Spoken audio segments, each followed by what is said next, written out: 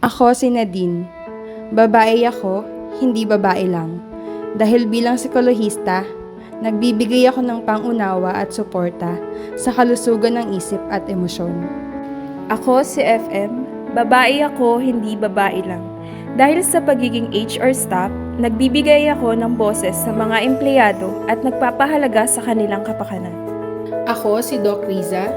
Babae ako, hindi babae lang dahil sa larangan ng dentistriya ako'y umaangat, nagbabalik ng mga ngiting nawala. Ako si Flor. Babae ako, hindi babae lang. Dahil sa training section, ako yung humuhubog ng mga kamalayan at nagbibigay liwanag sa bawat kaisipan. Ako si Lovell. Babae ako, hindi babae lang. Dahil sa pagiging manggagawang panlipunan, ako ang tinig ng pag-asa, pag-unlad at pag-ibig sa mga nangangailangan.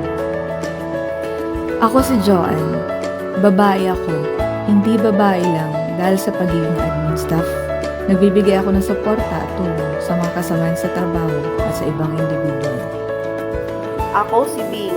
Babae ako, hindi babae lang dahil sa billing and claim section, ako ay nagpapamalas ng malasakit at husay sa bawat transaksyon. Ako si Rosana, babae ako.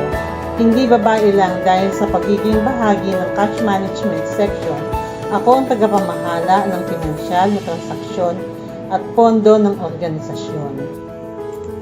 Ako si Bernalyn Rial. Babae ako, hindi babae lang.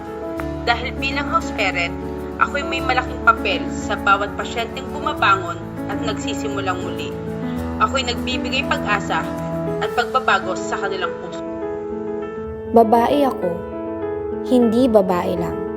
Dahil hindi naging hadlang ang aking kasarian upang maging matagumpay sa aking piniling larangan.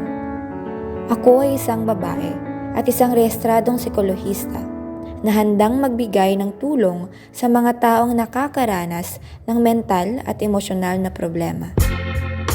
Kaya't huwag mo akong titigan ng mababa. Hindi ako mahina, hindi ako kahinaan. Ipakita ang galing at husay na taglay ng bawat isa. Babae ako, hindi babae lang.